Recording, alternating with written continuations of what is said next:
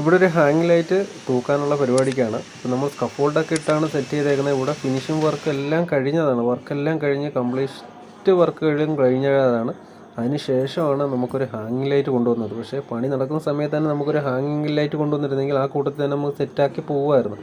പക്ഷേ ഇതെല്ലാം അവസാന ഘട്ടത്തിൽ വരുമ്പോൾ ഇങ്ങനത്തെ കുറേ പ്രോബ്ലംസ് ഉണ്ട്. കാരണം ഈ സ്റ്റെയറിൻ്റെ അവിടെ എല്ലാം ഗ്ലാസ്സാണ് ഇട്ടേക്കുന്നത്.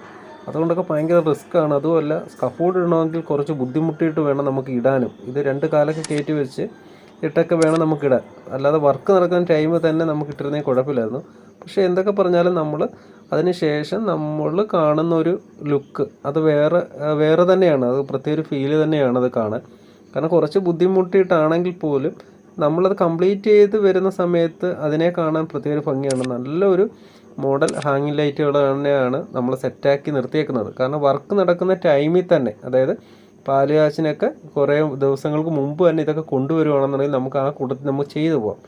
അല്ലാതെ എല്ലാം ക്ലീൻ ചെയ്ത് വൃത്തിയാക്കി ഇട്ടതിന് ശേഷം അവസാന നിമിഷം ഇങ്ങനെയുള്ള ലൈറ്റുകളൊക്കെ കൊണ്ടുവന്നു കഴിഞ്ഞാൽ നമുക്ക് കുറേയധികം ബുദ്ധിമുട്ട് വരും, കുറേ റിസ്ക്കുമാണ്. കാരണം സ്റ്റെയറിൻ്റെ ഭാഗത്തെന്ന് പറഞ്ഞു കഴിഞ്ഞാൽ ഗ്ലാസ് പാർട്ടീഷനും കാര്യങ്ങളെല്ലാം വരുന്നതാണ്. അതുകൊണ്ടാണ് ഇങ്ങനത്തെ ഒരു